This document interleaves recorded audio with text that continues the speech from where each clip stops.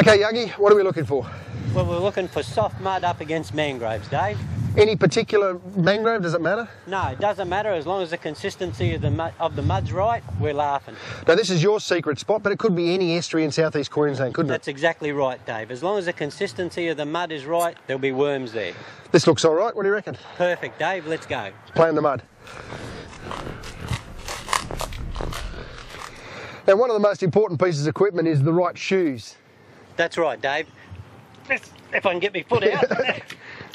There, mate, these are dive boots. The best $40 you'll ever spend. There's just too many sharp objects in the mud to not wear them. And if you're wearing some other sort of shoe, when you pull your foot out, your shoe stays in the mud. It eats shoes, doesn't it? That's right, mate. It's a bottomless pit. You'll never see them again. Dave, I told you not to stand there in the one spot too long. I'm not under there, Youngy. The hat blew off.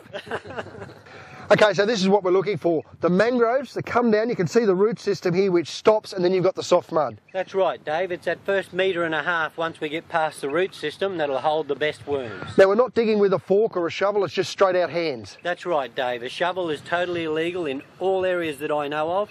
You are allowed to dig in some areas with a fork, but it's still not as good as digging with your bare hands. And that's because the shovel actually damages the root system? That's right. A shovel will just cut the roots clean off, and without the mangroves, mate, we haven't got any worms. So if you do that, it's just no good. Okay. Plus it's a lot more fun to get your hands in the mud and play with it, isn't it? Yeah, mate. Apparently it's good for your complexion too, but I don't know what happened to me. I need all the help I can get, trust me. Okay, so obviously you have to go fairly slow with your hands so you don't spike yourself, do some damage. That's right, Dave. It pays to be a bit careful at this stage, and we lift the mud out like that. And that's the consistency of mud you're looking for? That's exactly right, mate. This is the good stuff. Not too sloppy, not too sandy, just a nice sticky texture. That's right, mate. If it's too sandy, the worms won't like it. And if it's too soft, you can't dig through it.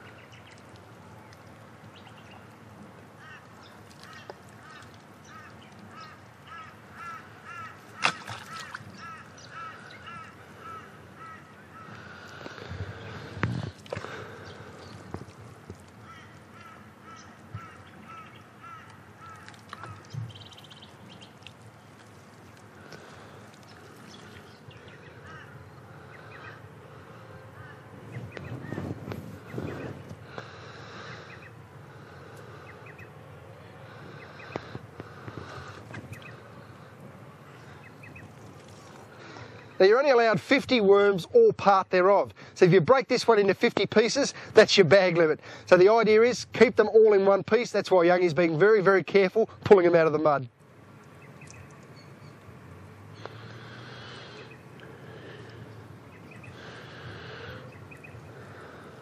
There we go, Dave. Guaranteed whiting. That's a bit better.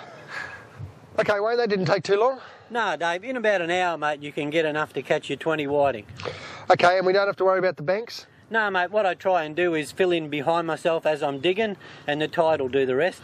You've been digging here a long time, though. Mate, 12 years I've dug in this bank. It's about 100 metres long. Takes me about 9 months to dig the 100 metres. By the time I'm finished up one end, there's plenty of worms back where I started. Okay, let's go and wash up. Okay, mate. Okay, Wayne, once we've washed all this sticky mud off ourselves, what do we do with the worms? Same thing, Dave. Just clean a fair bit of the mud off the worms and they'll be fine. Change the water a couple of times in the first couple of hours. Keep them cool and they'll be great for 3 or 4 days. Great stuff, let's do it.